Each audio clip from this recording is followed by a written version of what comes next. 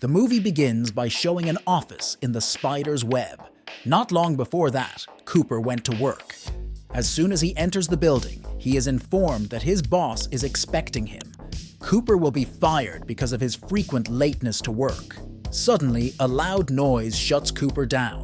He wakes up and doesn't understand why there are cobwebs everywhere. After walking a couple of meters, a huge bug falls on him, but Cooper manages to defend himself. Among the other victims, he spots his boss. She, like him, doesn't understand what happened. When they leave the building, they realize that the problem is much bigger. The boss's daughter was lying in a nearby car, and when Cooper rescues the girl, the woman is dragged away by a bug. The duo tries to escape and accidentally drop the trash can.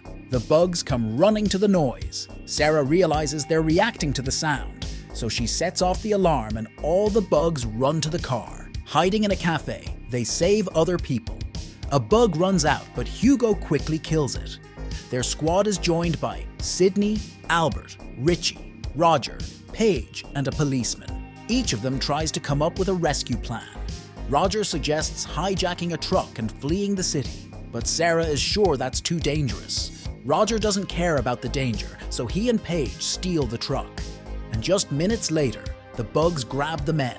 A policeman tries to rescue the civilians, but he falls prey to the beetles. Albert gets stung from behind. All the survivors hide in a nearby building.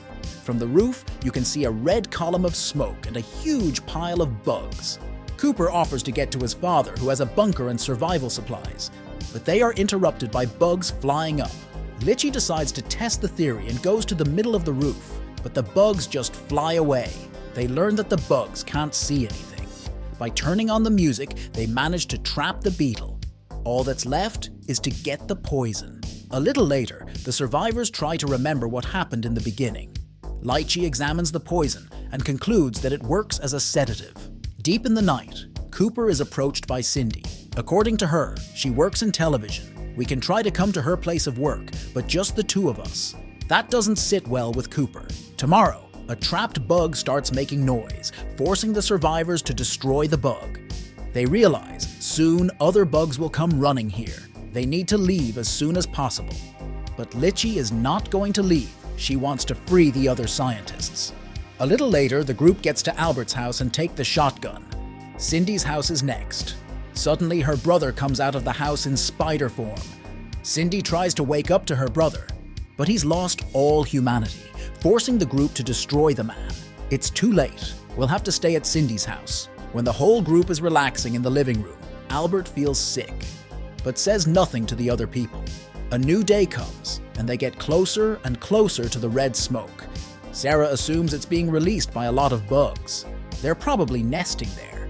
And since her mother has been taken there, she must take her chances.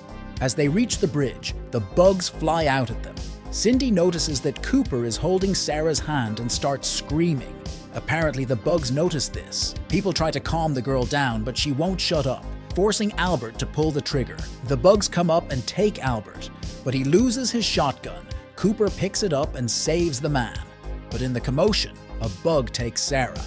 A little later, the remaining trio reaches Cooper's father. He is still alive and trying to find his dog. That evening, Albert gets even worse and turns into a spider. Hugo realizes this is no longer his father and destroys the spider. Other bugs come to the noise, and the survivors hide in the bunker.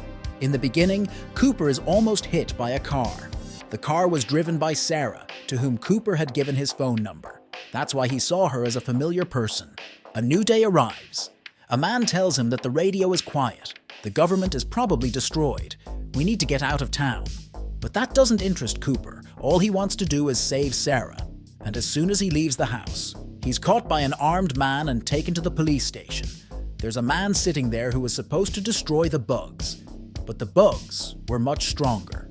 Cooper tells him about a way to test people for infestation. You have to look at the back. Turns out Cooper's father was bitten, just like the old man in the cage. The cops open fire, but Cooper's dad manages to survive. After taking all the weapons, including the explosives, the group goes to the hive. Ethan gets sick, and to keep his son alive, he chains him to a tree. He enters the hive. All the while, Sarah was trying to find a way out and accidentally stabs Ethan. Sarah tells him that she saw the Queen, but when they came out to the place, there was no one there. Looking up at the ceiling, Ethan spots the Queen. Cooper and Hugh come running in screaming. Only by joining forces do they manage to destroy the Queen, but Ethan didn't survive. The movie ends with the surviving trio rejoicing in their victory, but as they walk outside, they notice something ahead of them. See you soon. Bye.